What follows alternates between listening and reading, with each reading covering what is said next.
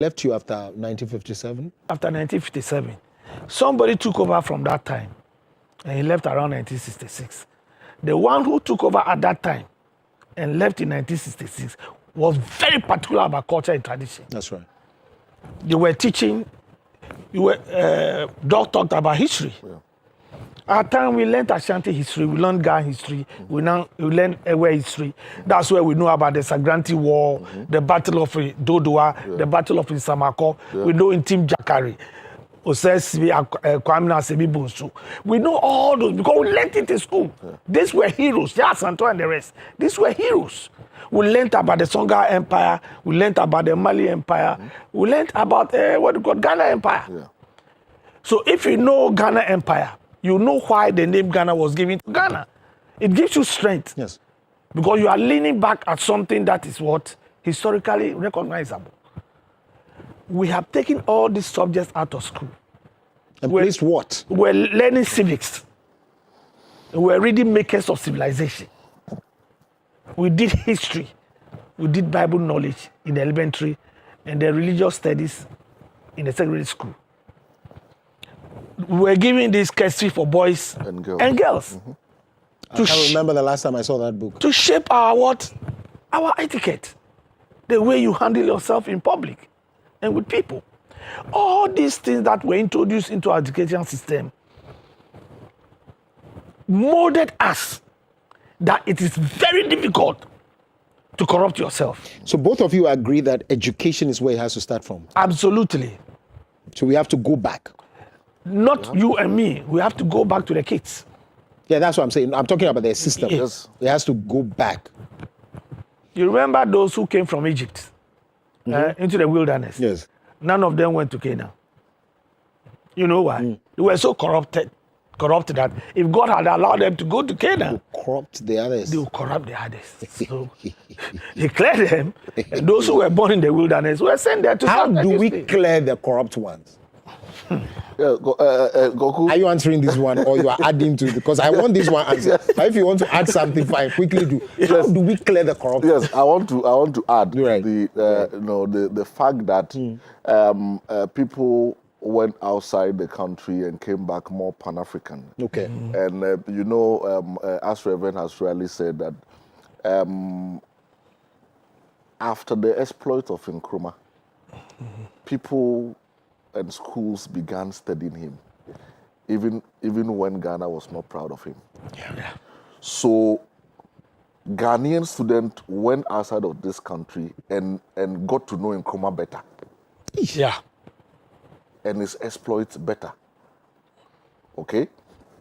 And other Pan-Africanists that Nkrumah worked with, okay, in terms of making sure that the whole of the continent was free, right? So they went to school and rather went to read books that have been written about Nkrumah, that books that have been published by Nkrumah himself and all that were banned in their own country at the time, right? And so all these were contributing factors. And mind you, because of that, some of them came and made Nkrumah their mentor. Looking out for more books that Nkrumah wrote and all that to read about him. So there were a lot about Nkrumah that were studied outside of Ghana at the time and other places in Africa at the time when Ghana was trying to, erase everything, even about him by some regimes, right? And all that. So it wasn't surprising that some Ghanaians went outside of the country and came back more Pan-African. Right. Because there were a lot about Nkrumah outside Ghana. Right. Even more than what was exposed to young people here in the country. Right. Now, Kweku, how do we get rid? And this is the context, yes, both of you. Because we need to unite and become a bit more patriotic. I'm asking, how do we root out the corrupt ones? Because I was told 2 days ago by Mr. Abekusego and Mr. Daisebo that even when Nkrumah rose up to fix this country, there were people who were against him even at the time. Yes. And we are still seeing them today. Yes. Yeah. How do we root these people out so that we can unite and become more patriotic? It's consciousness. Consciousness. You know, Nkrumah had this young pioneer.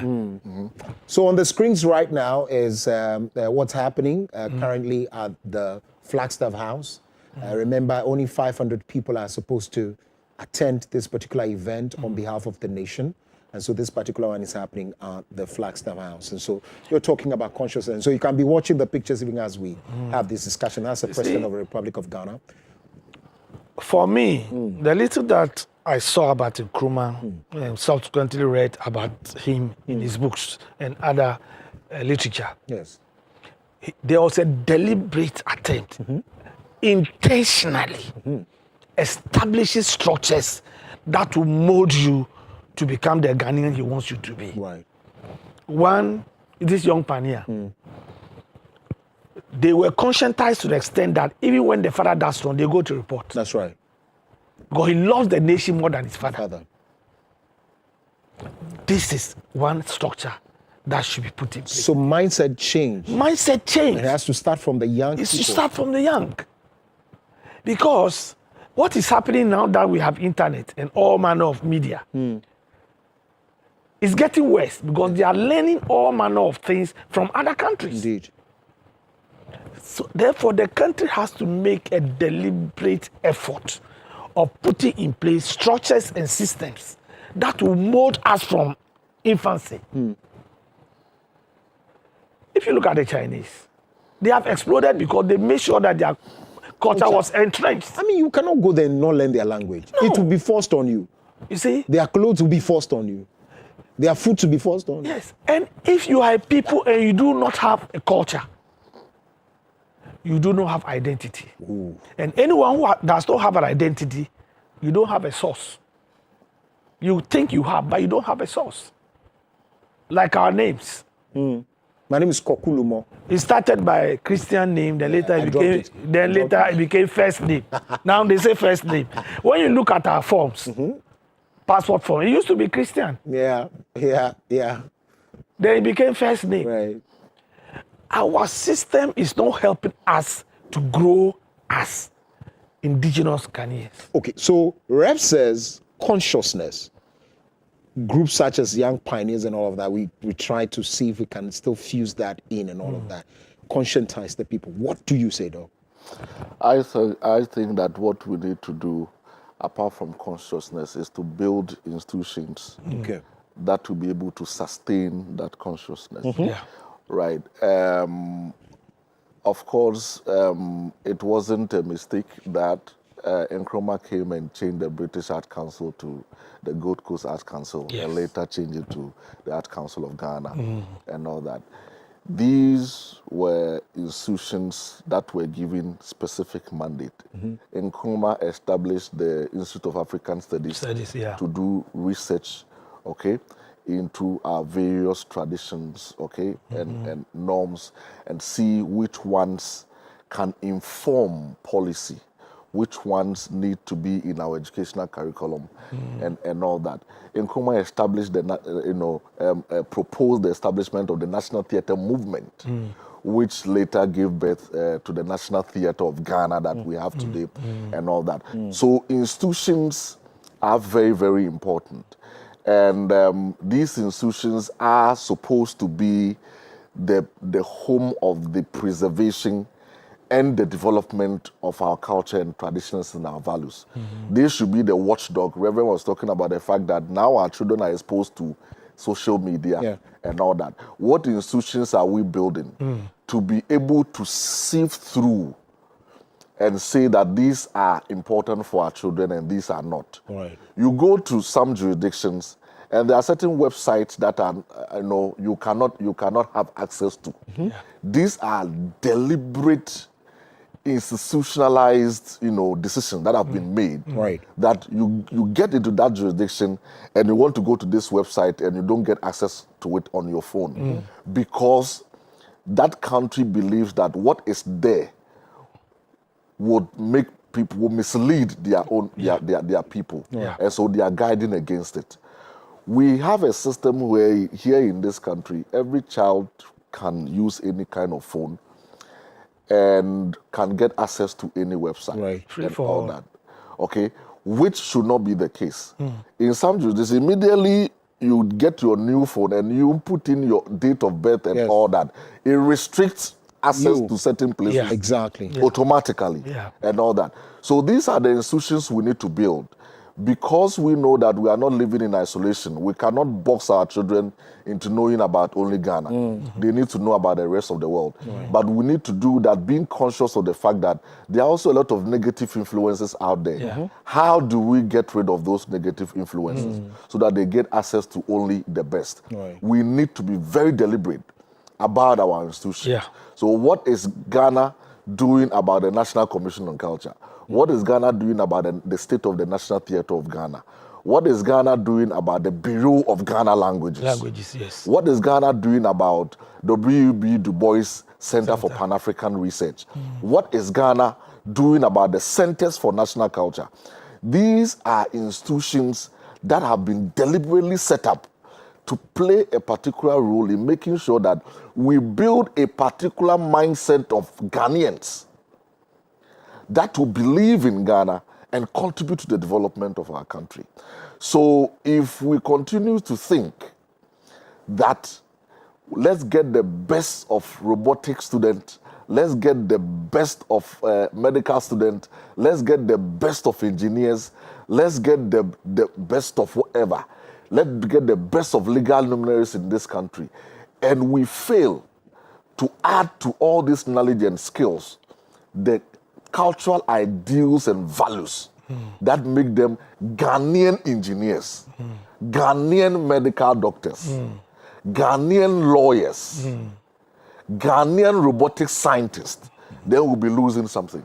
So you have a medical doctor who does not know where he belongs to, who does not have an identity and cannot say that I'm a proud Ghanaian, then there's a difficulty. So this is what we are doing. I see. That we are putting all our development agendas within concepts that are not Ghanaian. And for that matter, the product that comes out of it, yes, they can do the job, but there's no connection with their identity and attachment to their people. And that is why today you go to some hospitals and even at the face of a patient dying, a doctor can tell you that my duty time has ended. Wait for the next doctor. And if that doctor delays, the patient dies. We lose a Ghanaian. We need to get to the point where we'll have doctors who will be ready to sacrifice and say that I am not leaving the hospital until the next doctor comes to. And the next doctor who also comes must come very early. Yes. Because Come in then time. indeed I value the people. Yes, I value the people and I need to come in time and all that. The road engineer should believe in Ghana and should be a Ghanaian that he's not going to take money for this level of quality of road and later hand over a less quality road to the people of Ghana. See, the issue of, and the other day I also bemoaned the fact, and probably could have this discussion even afterwards with a dog, to say that people see the issues of, when you mention culture, it sounds and looks archaic in their minds. Culture means dressing like those days. Culture means, eating some type of food. And so they cannot see themselves with what's happening today. You cannot marry both. Even though they are elite, they've read books and all of that. They feel that culture, the Ghanaian culture, makes less of them. Is that ignorance, or they need to be exercised because probably... It's sheer ignorance. Because culture goes further than that. Culture is supposed to shape the character of society. Every cultural setting have values, which values help develop society. So what are the values? Like I mentioned earlier on, the Ghanaian culture talks about sincerity. The Ghanaian culture talks about honesty. The Ghanaian culture talks about integrity. These three things encapsulates our culture. That if truly you are culturally oriented, you realize that society abhors people who are corrupt because of our culture. Anything that morally is challenging, our society abhors it. Our society abhors adultery. It abhors fornication. It abhors drunkenness. Anything that affects the development of an individual, and for that matter, the society, our culture abhors it. Right. And our culture does not entertain laziness. It does not entertain laziness. So immediately you lose that touch of who you really are as a Ghanaian. Identifying yourself with the values of this country, which stems out from our culture, then there's going to be a problem.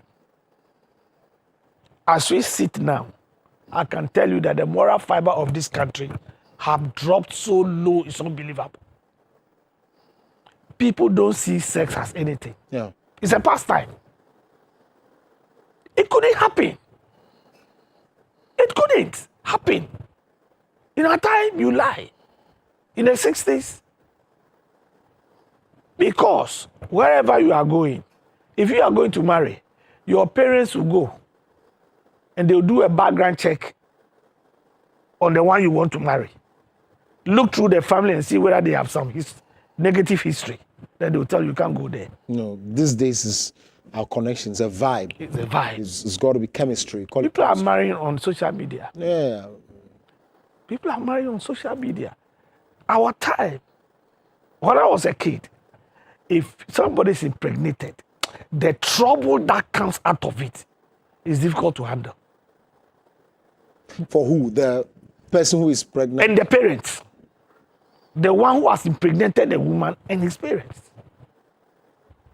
The psychologists say that's very traumatic for the child. So you allow the person to grow, make mistakes. Anything that is contrary to the dictates and dictums of God is wrong. Say that again. Everything that is contrary to the requirement of God is wrong. There is a worker who has worked this work, which you call it earth and universe. The worker who worked it has the blueprint. And he has told you that what I have worked, Do it this do this and do that. and do that. You say no. For your own sake.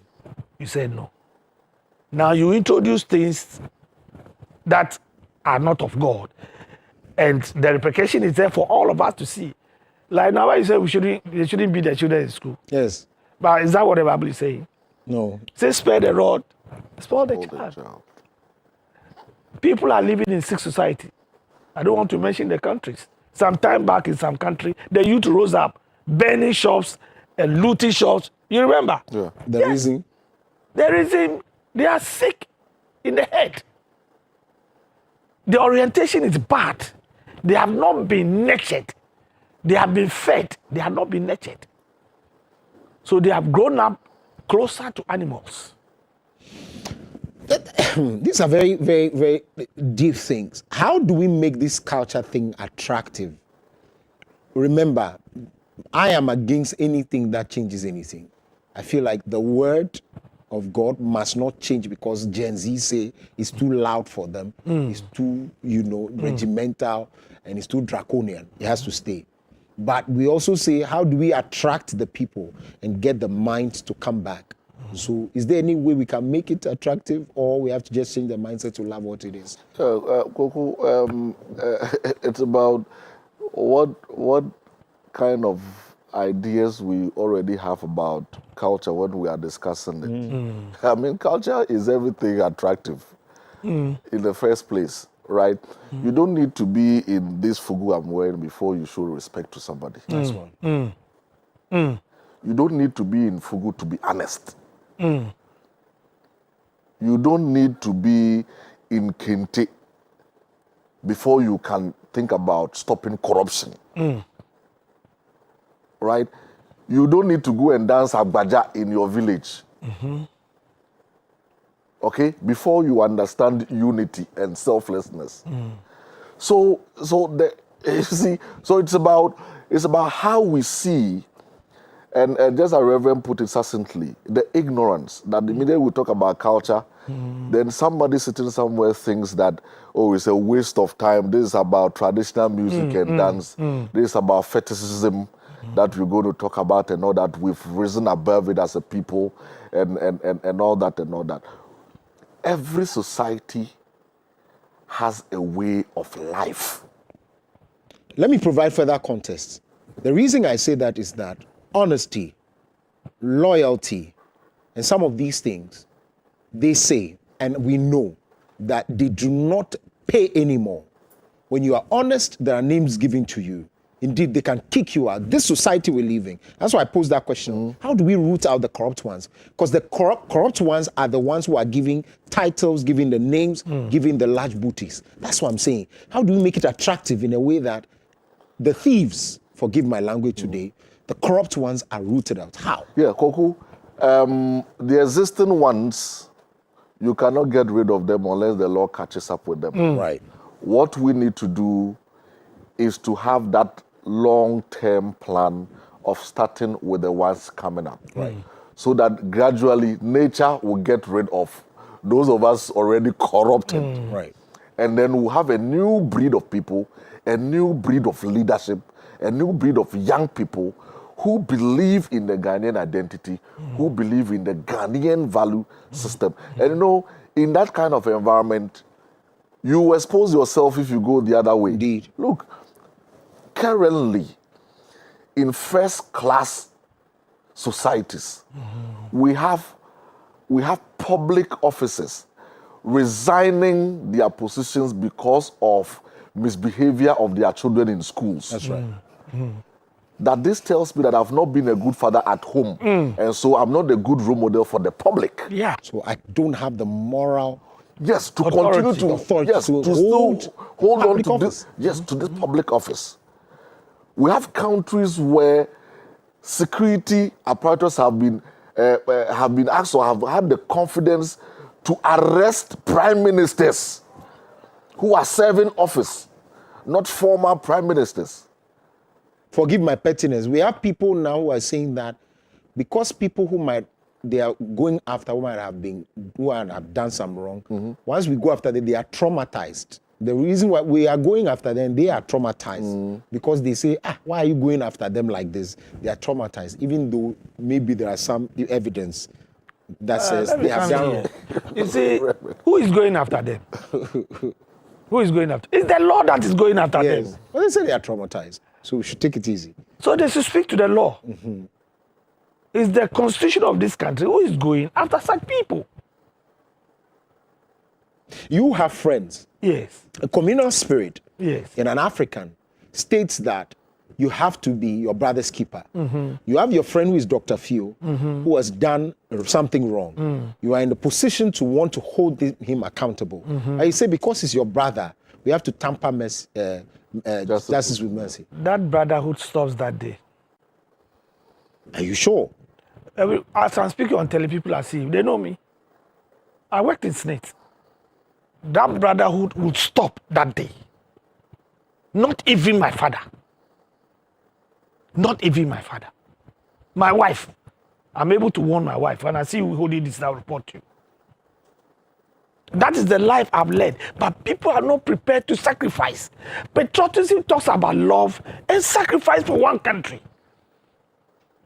Oh, when I do this, I'll be marginalized. When I do this, I'll be victimized. I'll be discriminated against. So who should go and do it?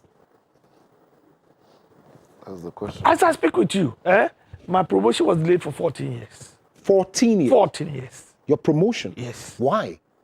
Because I will make sure the right thing is done. So you see, loyalty. I don't care, but I'm enjoying life now. Yeah, some of them are dead. I'm so proud of myself. I'm so proud, and I can tell you now, my institution is calling me. I go to meetings there. If I were corrupt and had followed the bandwagon, do you think they'd be calling me today? They say those children, and this is on some final, those children would tell our children that, Papa and Bobra, is that it? Your father did not work hard. Yes. And that's why you are not able to get whatever. And we heard some people telling us that that's what it is. So I'm saying that the fiber, the conversations on the table will not in any way motivate anyone to live just life. That's why I say, how radical can we change this? Yeah, Koku, it's On some final note. yes, it's about continuing this conversation. Sustaining this conversation Yeah. is very important. You ask yourself that for Dominion TV doing this today, what about the rest of the media and what is the focus? Okay, so the media, as the fourth estate of the realm, you have a very big role to play. What is the focus of Ghanaian media in terms of our development? We think that it is just about the numbers, it is about the business, but we are contributing to the further degradation of the moral fiber of this country. We need to be deliberate about it. All other societies that have been developed, that we are now fantasizing about, hoping to travel there to have the experience and all that, they had a media that was deliberate. Yes.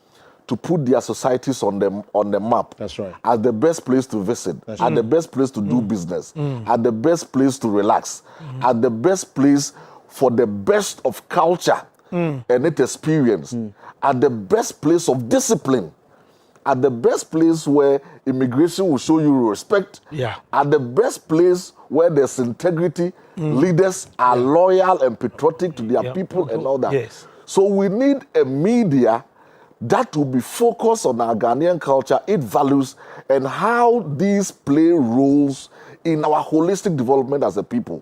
If we continue to have a media that will be chasing nudity, scandals, controversies, and mere entertainment without any kind of education in our country, the media should take the full blame.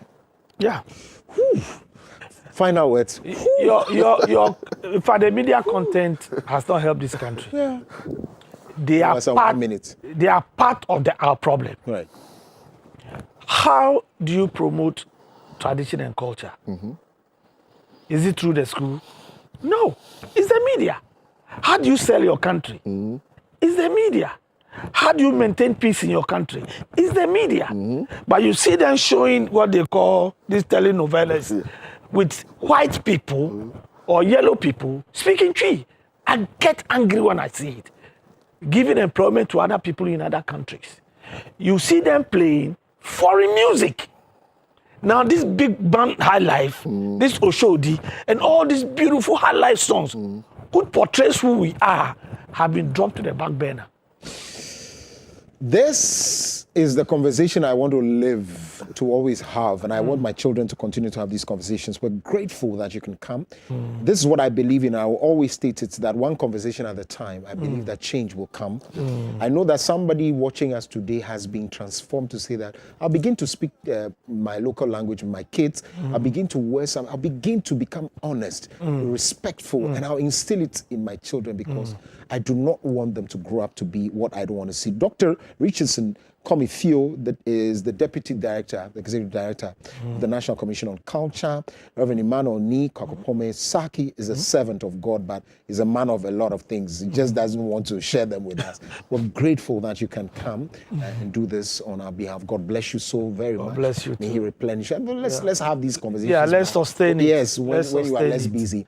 My name is Kokuru Lumo. On behalf of all of us here at Dominion TV, and my very, very, very good hostess, Biadela, I want to say happy Independence Day to all of you. Make sure that you begin to look at the focal areas: respect, humility, honesty, and of course, patriotism, nationalism. That's what we stand for. That is who we are. I wish you all the best. We're back tomorrow to do it all over again. Remember, today is not a Friday. It's rather a Thursday, so we're back to do it all over again. I'll see you soon. God bless you.